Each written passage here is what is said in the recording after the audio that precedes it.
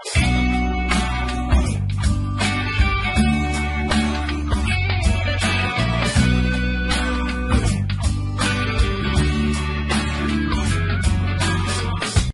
Everyone, welcome to ideal coaching. My name is Krishnakant Singh Bundela.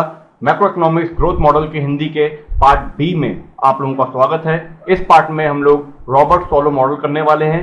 B1, B2, B3 इस तरीके से चलेगा। हेरोड मॉडल जो हमने किया था उसको मैंने A1, A2, A3 करके नाम दे दिया है। क्योंकि ये एक एपिसोडिक एक्सप्लेनेशन है इसलिए आप पार्ट 1 से देखेंगे तो समझ में आएगा। और खास तौर पे ग्रोथ मॉडल्स अगर आपने फर्स्ट पार्ट से नहीं देखा तो कुछ भी समझ में नहीं आएगा। रॉबर्ट सोलो मॉडल ये है नियो क्लासिकल इकोनॉमिक्स में। एक तरीके से 1946 में हेरोड डोमर ने जो मॉडल दिया था उसका ये एक्सटेंशन है और प्रोडक्टिविटी ग्रोथ के बारे में डिस्कस करता है। इसके अलावा एक और चीज है जो आपको पता होनी चाहिए रॉबर्ट सोलो के बारे में। सोलो और स्वॉन ने 1956 में इंडिपेंडेंटली ये ग्रोथ मॉडल्स दिए थे, लेकिन सोलो ने जो मॉडल दिया था वो यूएस इकोनॉमिक ग्रोथ में पूरी तरीके से फिट हुआ था, सक्सेसफुल हुआ था। इसलिए 1987 में सोलो को नोबेल प्राइज मिला था इकोनॉमिक्स के लिए, उनके इसी काम के लिए। और आज भी सोलो का जो सोर्स ऑफ ग्रोथ अकाउंटिंग है उसके सेपरेट इफेक्ट्स, अलग अलग इफेक्ट्स हमारी इकोनॉमिक ग्रोथ में, जैसे टेक्नोलॉजिकल चेंज, कैपिटल, लेबर, इनमें लगाकर उसका एस्टिमेशन किया जाता है। यानी आज भी ये मॉडल सक्सेसफुल है और एस्टिमेटेड है। इसके पहले कि हम ये स्टार्ट करें हमको ये पता होना चाहिए कि हम दो प्रकार के मॉडल्स को डिस्कस करेंगे, एक्सोजेनस और एंडोजेनस। एक्सोजेनस वो मॉडल्स हैं जो एक्सटर्नल फैक्टर्स को प्रिडिक्ट करते हैं अपनी इकोनॉमिक ग्रोथ के लिए, जैसे कि ये सोलो मॉडल है। ये बाहर की चीज जैसे टेक्नोलॉजिकल प्रोग्रेस को कंसीडर करेगा अपने मॉडल को देने में। और एंडोजेनस मॉडल्स वो होते हैं जो इंटरनल फैक्टर्स को लेकर इकोनॉमिक ग्रोथ का एनालिसिस करते हैं, जैसे AK मॉडल जो हम बाद में डिस्कस करेंगे। एजम्पशन से स्टार्ट करते हैं। सबसे पहले हम आते हैं फर्स्ट एजम्पशन पे कि इकोनॉमी में एक ही सेक्टर होता है और ये एक ही प्रकार के प्रोडक्ट्स को प्रोड्यूस करती है, ऐसा एजम्पशन लिया है। बताइए ऐसा कभी होता है? कितने सारे सेक्टर्स होते हैं इकोनॉमी में और कितने सारे कमोडिटीज बनते हैं, मगर इन्होंने ये एजम्पशन लिया है। ठीक है। सेकेंड, इकोनॉमी क्लोज्ड है, यानी कि इंटरनेशनल ट्रांजैक्शंस और गवर्नमेंट सेक्टर को पूरी तरीके से इग्नोर कर दिया गया है। थर्ड, इन्होंने बताया है कि जितना भी आउटपुट है वो अगर सेव होता है तो पूरा इन्वेस्ट भी हो जाता है कंप्लीटली। आउटपुट जितना भी प्रोड्यूस होता है उसको नेट आउटपुट के रूप में लेंगे, यानी डेप्रिसिएशन उससे हटा देंगे। सोलो ने हेरोड के assumptions को भी खारिज किया है। इन्होंने फिक्स्ड कैपिटल आउटपुट रेशियो नहीं माना है और फिक्स्ड कैपिटल लेबर रेशियो भी नहीं माना है। उन्होंने कहा इसमें चेंजेस आते हैं, तो वो चेंजेस के बारे में डिस्कस करेंगे। Rate of technological progress, population growth और डेप्रिसिएशन का जो रेट है कैपिटल स्टॉक का, वो सब डिटरमाइन होता है एक्सोजेनसली। ये कुछ एजम्पशंस हैं। इसके अलावा भी कुछ एजम्पशंस हैं, जैसे दो फैक्टर्स लिए गए हैं, लेबर और कैपिटल को लिया गया है जो एक दूसरे के सब्स्टिट्यूट है, लेकिन लिमिटेड सब्स्टिट्यूट है। फुल एम्प्लॉयमेंट लिया गया है लेबर्स का, और कैपिटल स्टॉक जितना भी अवेलेबल है वो सारा का सारा यूटिलाइज हो जाएगा। इसके अलावा सोलो ने ये एज्यूम किया है कि जो एंटरप्रेन्योर्स हैं या इंडिविजुअल्स हैं जो इन्वेस्ट करते हैं वो आगे का भविष्य आराम से एज्यूम कर सकते हैं और अपने गुड्स, लेबर, कैपिटल मार्केट को अच्छे तरीके से एडजस्ट कर सकते हैं स्मूथली। और इसका यह मतलब होता है कि सेविंग्स और इन्वेस्टमेंट के जो उनके प्लान हैं वो पूरी तरीके से फुलफिल्ड हो जाते हैं और किसी भी तरीके से उसका मिस कैलकुलेशन नहीं होता या मिस डायरेक्ट नहीं होता किसी भी इन्वेस्टमेंट का। ऐसा भी एज्यूम किया है। मार्केट हमेशा क्लियर रहता है, यानी डिमांड और सप्लाई एक दूसरे की पूर्ति कर लेते हैं। ये वही से लॉ में जो हमने पढ़ा था। और कीजियन के अनएम्प्लॉयमेंट को इन्होंने कहा है कि ये बहुत ज्यादा पॉसिबिलिटी इसकी बहुत कम है। तो ये सारे उनके एजम्पशंस थे।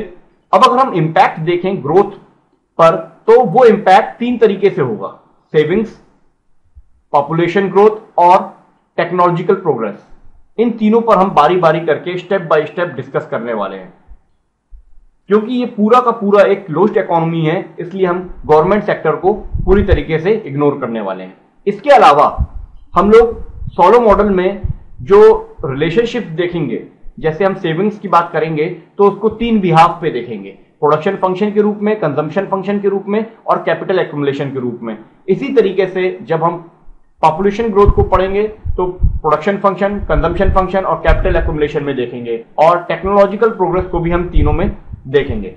सबसे पहले एक्यूमुलेशन ऑफ कैपिटल, जो सोलो का मॉडल है, ग्रोथ मॉडल है, वो कैपिटल एक्यूमुलेशन, कैपिटल को इकट्ठा करने पर बोलता है। कौन कौन से कैपिटल? जो कैपिटल स्टॉक की ग्रोथ हो रही है, जो लेबर फोर्स की ग्रोथ हो रही है और जो टेक्नोलॉजी में एडवांसेस हो रहे हैं, इन सबको मिलाकर हमारी इकोनॉमी में जो इंटरैक्शन होता है और जिसकी वजह से हमारा नेशनल आउटपुट बनता है, यानी गुड्स एंड सर्विसेज बनते हैं, उसके बारे में हम डिस्कस करने वाले हैं।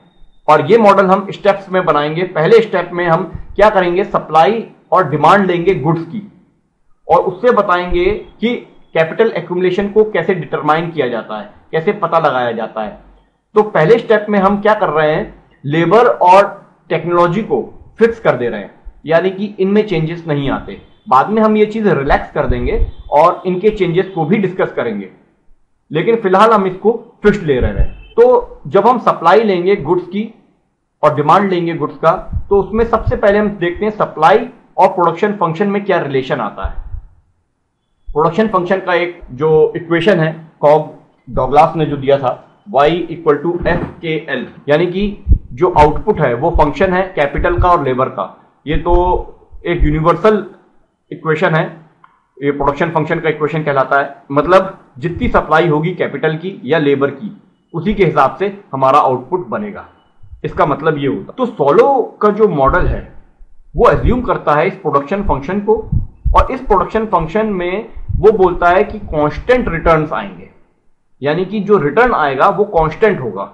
वो कांस्टेंट का मतलब यह है कि अगर कैपिटल में कुछ चेंज आ रहा है, बढ़ रहा है कैपिटल या घट रहा है, तो उसी हिसाब से आउटपुट भी बढ़ता घटता जाएगा, यानी उतना ही बना रहेगा।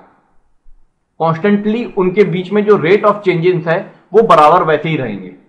जैसे अगर हम इसमें z का इंटू कर दें, z का इंटू कैपिटल में कर दें, z का इंटू लेबर में कर दें, और z क्या है, एक कोई भी पॉजिटिव नंबर है, अगर हम दोनों साइड मल्टीप्लाई कर दें तो उतने ही मल्टीप्लीकेशन से आउटपुट भी चेंज हो जाएगा, यानी इनके बीच में कांस्टेंट रिटर्न्स हैं।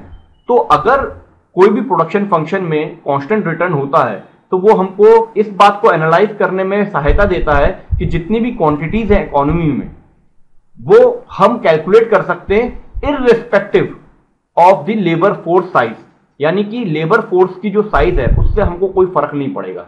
जहां पर लेबर बहुत ज्यादा है, बहुत कम है, या बिल्कुल नहीं है, या मतलब 10 है, 20 है, 100 है, उसका अफेक्ट हम पर नहीं होगा जब हम रिटर्न्स की बात करेंगे। कैसे? देखिए, अगर हम z की वैल्यू 1/L ले लें तो इससे डिवाइड कर दें, मतलब इसमें हम वैल्यू पुट कर दें तो क्या हो जाएगा, z की जगह जब हम 1/L लेंगे तो ये y/L हो जाएगा, ये k/L हो जाएगा, और यहां L कैंसिल हो जाएगा तो 1 बच जाएगा। इसका क्या मतलब हुआ, ये हुआ आउटपुट पर लेबर, ये हुआ कैपिटल पर लेबर, और यहां पर लेबर पर लेबर कुछ नहीं होता तो ये 1 हो गया। तो ये इक्वेशन हमको ये बताता है कि आउटपुट पर लेबर जो है वो फंक्शन है अमाउंट ऑफ कैपिटल के, और वो कैपिटल पर लेबर, हर लेबर के हिसाब से जो कैपिटल लग रहा है उसका फंक्शन है। यहां जो 1 है ये कांस्टेंट है, इसलिए हम इसको इग्नोर कर सकते हैं क्योंकि 1 तो कांस्टेंट होता ही है। अब इसका मतलब ये हुआ कि लेबर की पॉपुलेशन से, लेबर की साइज से हमको फर्क नहीं पड़ रहा है यहां पर। जैसा मैंने आपसे पहले कहा था कि हम लेबर फोर्स को हम कांस्टेंट ले रहे हैं अभी, ठीक है। तो जो हमारा अजम्पशन है कि कांस्टेंट रिटर्न होंगे, तो उसमें साइज जो भी हो इकोनॉमी की, चाहे एक छोटा सा देश हो, चाहे बड़ा देश हो, या चीन हो, चाहे इंडिया हो, चाहे अमेरिका हो, चाहे वो छोटा सा जापान भी हो, कुछ भी हो, लेकिन उसका असर साइज के हिसाब से हमारे इस मॉडल पर नहीं पड़ने वाला है। जो ये रिलेशन है आउटपुट का और कैपिटल का, इन पर रिलेशन पर असर पड़ेगा, ना कि किसी भी इकोनॉमी की साइज पर। अब जब साइज इकोनॉमी की मैटर नहीं करेगी तो ये प्रूव करेगी हमारी सहूलियत को कि सारी क्वांटिटीज हम पर लेबर के टर्म्स में लिख सकें। तो अब हम डेजिग्नेट करेंगे लोअर केस को, लोअर केस यानी छोटे छोटे लेटर्स को, यानी हमने y स्मॉल y को मान लिया y/L दैट इज आउटपुट पर वर्कर, और k मान लिया small k capital K/L that is capital पर वर्कर, ये मान लिया। इसको हम यहां सब्स्टिट्यूट कर देते हैं, तो ये हो जाएगा y, ये हो जाएगा k, और ये जो f के लिखा है ये पूरा fk1 यानी कि इसके बराबर है। तो हमारा प्रोडक्शन फंक्शन क्या हुआ? Output is the function of capital. कौन सा आउटपुट?